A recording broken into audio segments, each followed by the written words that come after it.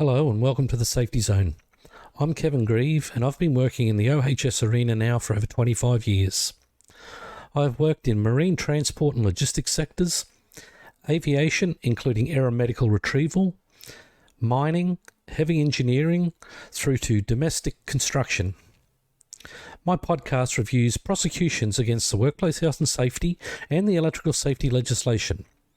I will look at the fines issued and any convictions recorded, the sections of legislation breached, and I will also look at what you can do to help prevent such issues occurring in your business or organisation.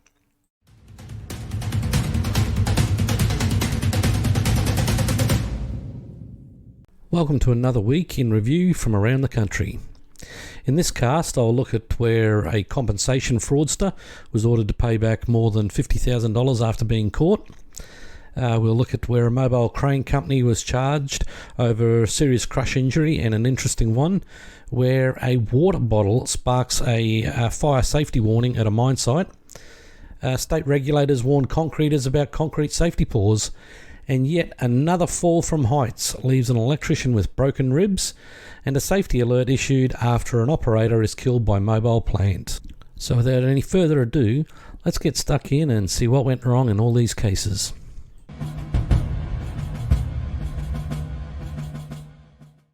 Compensation fraud ordered to pay more than $50,000.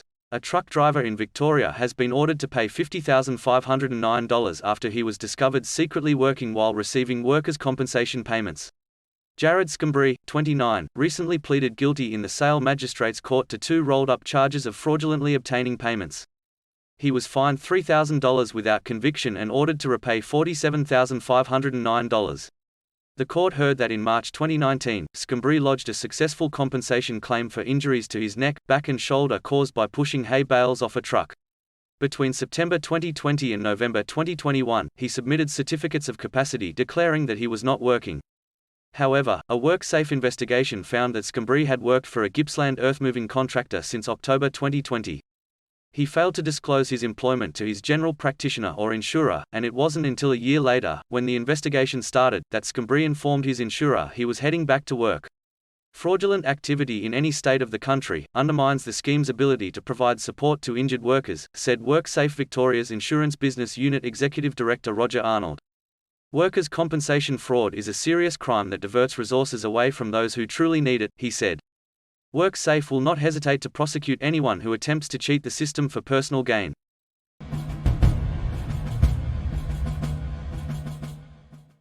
Mobile crane company charged over serious crush injury.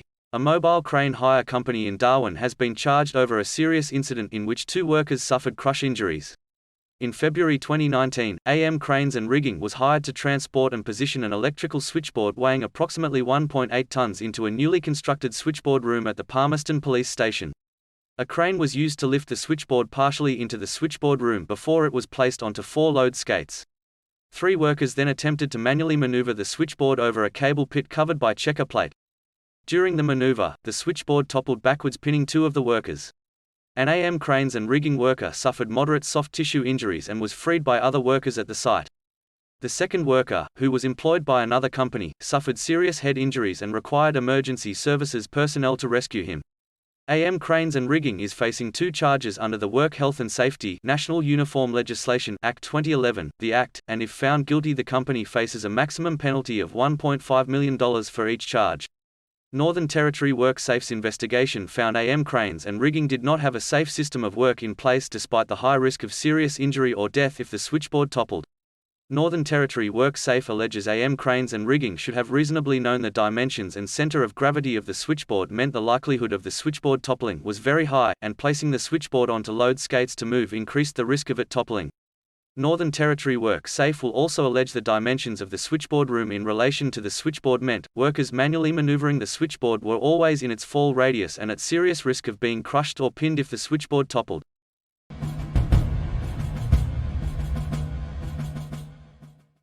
Water bottle fire sparks safety warning at mine site. Safe Work South Australia recently issued a warning after an incident in which plastic water bottles left in the sun started a fire at a South Australian mine site. Clear plastic water bottles left on a pallet in the sun ignited cardboard packing material on the 7th of January 2023. Subsequent investigations at the mine identified the probable ignition source as sunlight that had refracted through the clear bottles. The heat created caused the plastic water bottles to melt and partially burnt the cardboard and wooden pallet. Workers on site promptly spotted the fire and extinguished it before it spread or caused injury.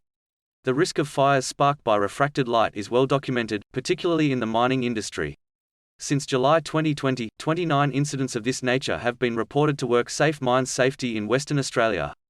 The majority of these reported incidents involved transparent plastic bottles filled with water being stored in direct sunlight. Safe Work SA said businesses should utilize an undercover or shaded area for unloading transparent bottles containing a clear liquid. Store transparent bottles containing clear liquid in an undercover, enclosed or shaded area where sunlight cannot shine through the bottles. Cover transparent bottles containing clear liquids if they are exposed to direct sunlight. Store clear drink bottles in vehicles away from direct sunlight.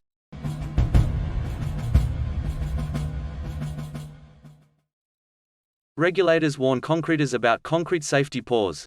Safe Work New South Wales recently issued a reminder to concreters that they should incorporate regular inspections, maintenance and testing of equipment into their routines following a spate of recent concrete placing equipment incidents.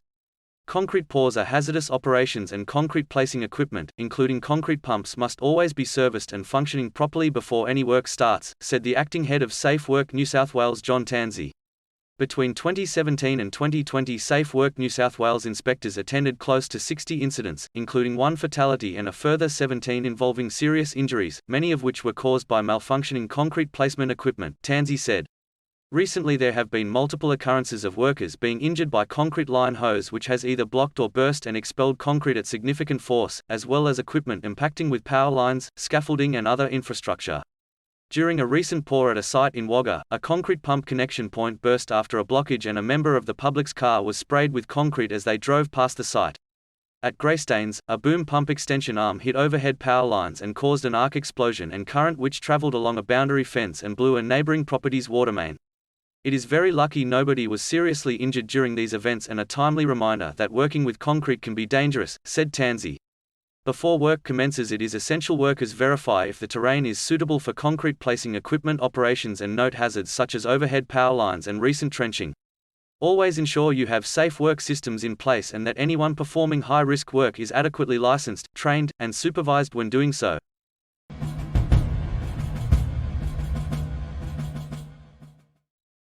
Fall from height leaves electrician with broken ribs. Safe Work SA recently issued a warning about rooftop safety following an incident involving a fall that left an apprentice electrician with broken ribs in December 2022. The third-year apprentice was installing a solar panel system on a single-story house when he fell 3 meters while attempting to climb off the roof via an access ladder. He fell onto a boundary fence and was taken to hospital by ambulance with 6 broken ribs and a bruised torso following the 21st of December 2022 incident. An initial Safe Work SA investigation found workers on site were installing the solar panel system while wearing harnesses. The apprentice was not attached to the rope when climbing down from the roof. Perimeter guard railing was not installed on the working faces of the roof. The Safe Work Method Statement (SWMS) for high-risk construction work listed guard railing as a control measure, but this was crossed out. Falls from heights is the #1 cause of notifiable serious injury on South Australian construction sites, with most serious and fatal falls being from roofs, ladders or non-compliant scaffolds. The Safe Work SA 2021 Health and Safety Snapshot relating to falls from heights identified that workers on a roof received the most serious injuries. In the December incident, there was a risk of serious injury or death to workers because the company failed to provide safe access on and off the roof and install a perimeter guard railing across the working face of the roof. Instead, the company relied on a lower order control measure to manage the risk of falls by allowing workers to use a fall restraint device. All builders and contractors have duties under work health and safety laws to ensure their workers are safe when working from heights, said Safe Work SA Acting Executive Director, Dini Sulio. Falls should be controlled using a fall prevention device, such as covers, temporary edge protection and scaffolding. A harness-based system is only to be used when higher-order controls are not reasonably practicable, he said. Businesses that sell, design and install solar systems have duties to provide and maintain a working environment that is safe for every worker. No solar installer should be working on a roof without adequate fall protection in place.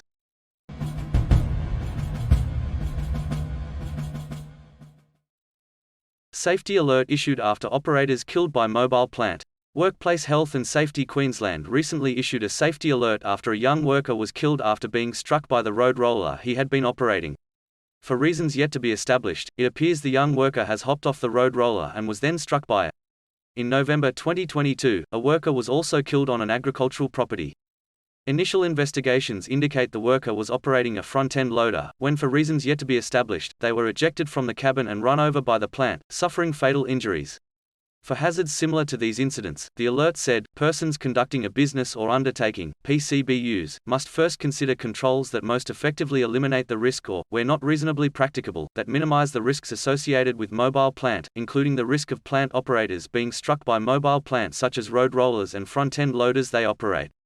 Before operating any powered mobile plant, the person with management or control of it must ensure that it is used and maintained in a safe condition in accordance with the manufacturer's specifications. Maintenance, inspection and testing must be carried out by a competent person. A suitable combination of operator protective devices for the plant is provided, maintained and used. For example, a seatbelt where fitted. All safety features and warning devices are used in accordance with the manufacturer's instructions, including but not limited to guarding, operational controls, emergency stops and warning devices. Where the plant is provided with doors, the plant is only operated with the doors closed. Where the operator's cabin is air-conditioned, the air conditioner is operating correctly so the operator is not tempted to drive the plant with an open door. The operator controls are identified to indicate their nature and function. Located so that they are readily and conveniently operated. Located or guarded to prevent unintentional activation. Able to be locked off. Ground conditions and the intended travel pathway have been inspected and assessed to identify any problem areas, for example, sloping or soggy ground. When not in use, it is left in a state that does not create a risk to health and safety, e.g., engine turned off, keys removed, park brake applied, etc. PCBUs must ensure workers are provided with information, training, instruction or supervision that is necessary to protect all persons from risks to their health and safety, including but not limited to relevant information, training, instruction and supervision necessary to control the risks associated with the plant. Workers are trained and competent to safely operate the mobile plant. All operators of mobile plant must receive training in the use of the specific make and model of plant they are required to operate. Untrained or inexperienced workers should not operate the plant, particularly in unfamiliar or high-risk terrain or for unfamiliar tasks. The manufacturer's operating instructions have been read and are followed. Training programs should be practical and hands-on and take into account particular needs of workers like literacy levels, work experience and specific skills required for the safe use of the plant. Ensuring worker training, experience and competency align with the requirements and complexity of the task. Workers who drive road-registered mobile plant hold the appropriate type of license to drive that vehicle, irrespective of whether the mobile plant is operated on a public road or work sites. There are some special characteristics of young workers for PCBUs to consider when managing workplace health and safety. For example, young workers may not make mature decisions about how to work safely, so PCBUs employing young workers should understand young workers' risk profile. This can help determine the best method of engaging and communicating with young workers. Ensure a safe and healthy workplace. Provide increased levels of direct supervision, particularly in relation to operating mobile plant. Provide information, training, instruction and supervision in a form appropriate to young workers.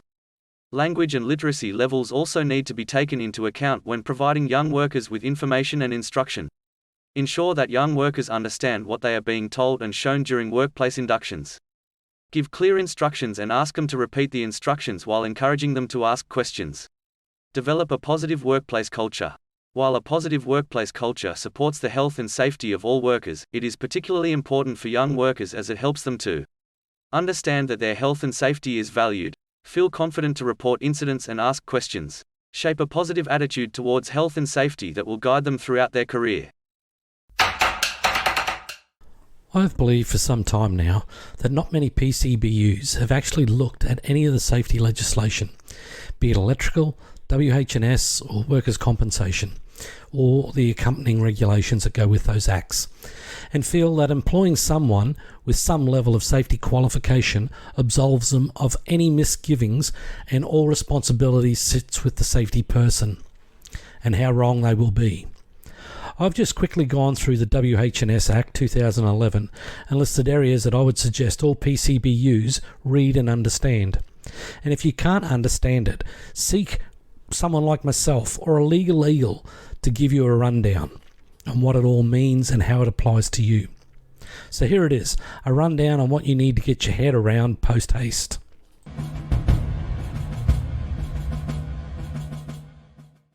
Work Health and Safety Act 2011. Division 2, Section 3, Object 1. The main object of this Act is to provide for a balanced and nationally consistent framework to secure the health and safety of workers and workplaces by protecting workers and other persons against harm to their health, safety and welfare through the elimination or minimization of risks arising from work or from particular types of substances or plant. D. Promoting the provision of advice, information, education and training in relation to work health and safety, and 2. In furthering subsection 1, regard must be had to the principle that workers and other persons should be given the highest level of protection against harm to their health, safety and welfare from hazards and risks arising from work or from particular types of substances or plant as is reasonably practicable. Division 3, Subdivision 2. Section 5, Meaning of person conducting a business or undertaking. Section 7, Meaning of worker. Section 8, Meaning of workplace. Section 10, Act binds all persons. Part 2, Health and Safety Duties, Division 1, Subdivision 1, Principles that apply to duties. Section 14, Duties not transferable. A duty cannot be transferred to another person. Section 15, Person may have more than one duty. Again, something else to note, a person can have more than one duty by virtue of being in more than one class of duty holder. Section 16, More than one person can have a duty. 1. More than one person can concurrently have the same duty. 2. Each duty holder must comply with that duty to the standard required by this Act even if another duty holder has the same duty.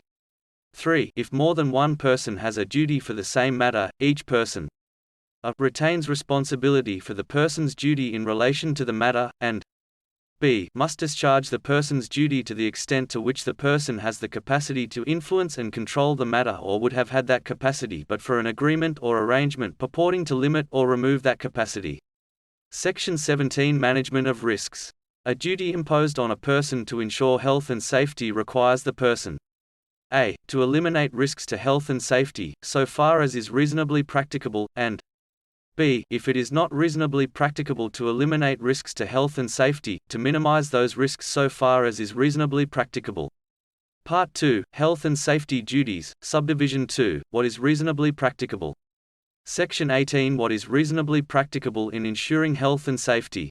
In this Act, reasonably practicable, in relation to a duty to ensure health and safety, means that which is, or was at a particular time, reasonably able to be done in relation to ensuring health and safety, taking into account and weighing up all relevant matters including the likelihood of the hazard or the risk concerned occurring, and b. the degree of harm that might result from the hazard or the risk, and c. what the person concerned knows, or ought reasonably to know, about the hazard or the risk, and ways of eliminating or minimizing the risk, and d. the availability and suitability of ways to eliminate or minimize the risk, and e. after assessing the extent of the risk and the available ways of eliminating or minimizing the risk, the cost associated with available ways of eliminating or minimizing the risk, including whether the cost is grossly disproportionate to the risk. Section 19, Primary duty of care. 1. A person conducting a business or undertaking must ensure, so far as is reasonably practicable, the health and safety of workers engaged, or caused to be engaged by the person, and b. workers whose activities in carrying out work are influenced or directed by the person, while the workers are at work in the business or undertaking. 2. A person conducting a business or undertaking must ensure, so far as is reasonably practicable, that the health and safety of other persons is not put at risk from work carried out as part of the conduct of the business or undertaking.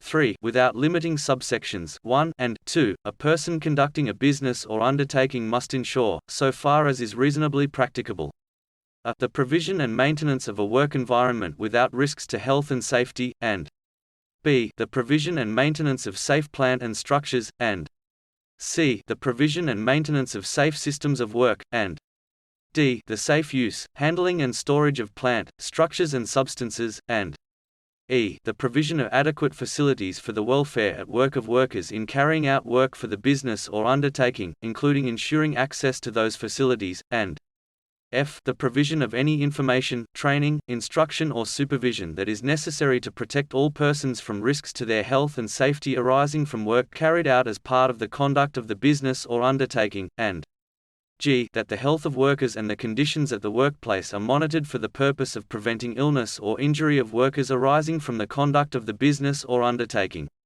4. If a worker occupies accommodation that is owned by or under the management or control of the person conducting the business or undertaking, and b. The occupancy is necessary for the purposes of the worker's engagement because other accommodation is not reasonably available.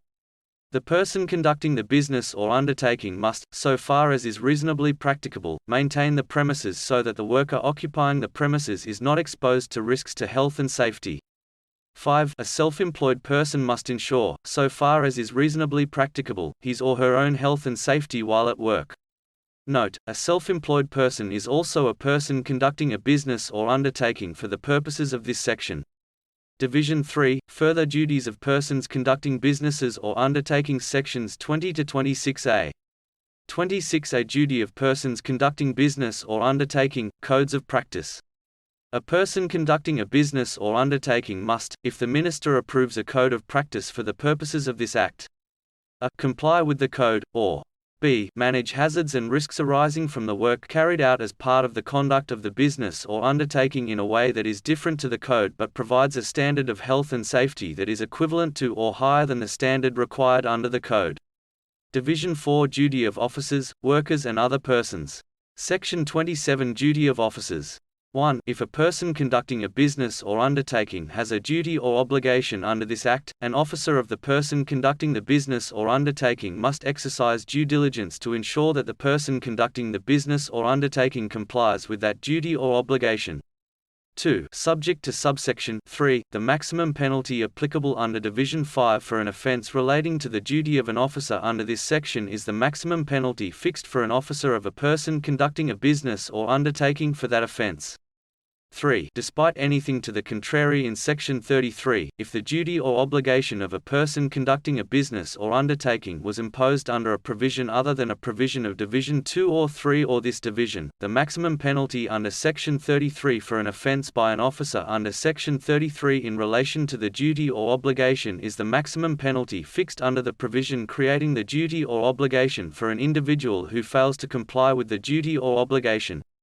4. An officer of a person conducting a business or undertaking may be convicted or found guilty of an offence under this Act relating to a duty under this section whether or not the person conducting the business or undertaking has been convicted or found guilty of an offence under this Act relating to the duty or obligation.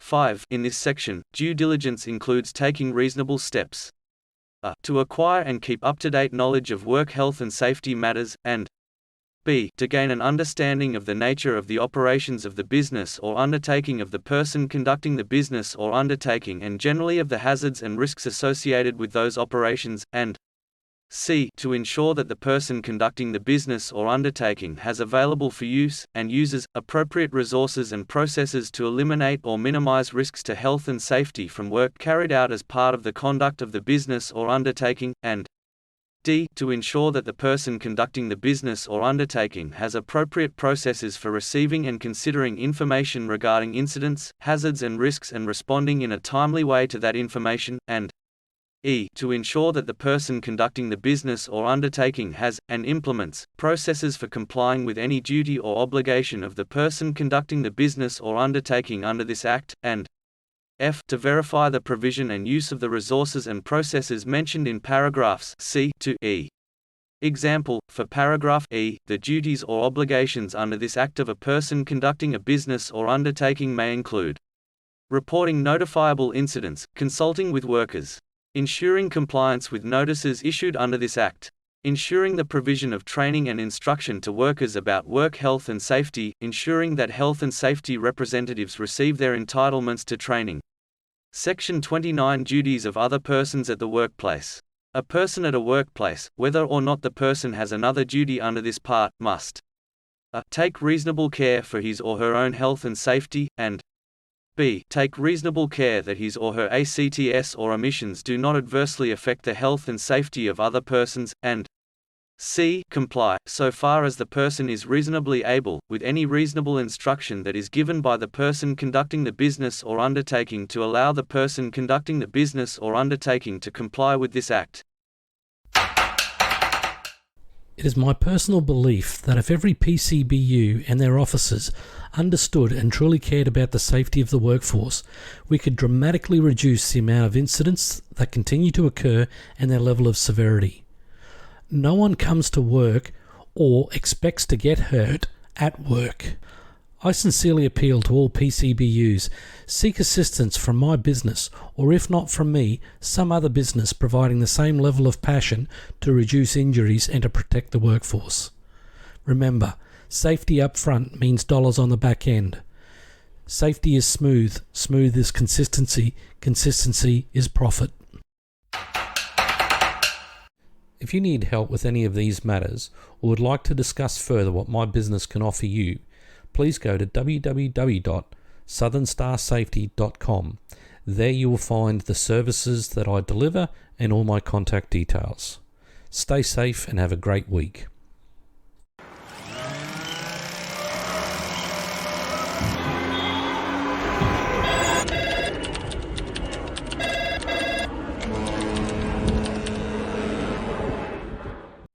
Important notice: the information contained in this podcast is general in nature and you should consider whether the information is appropriate to your specific needs.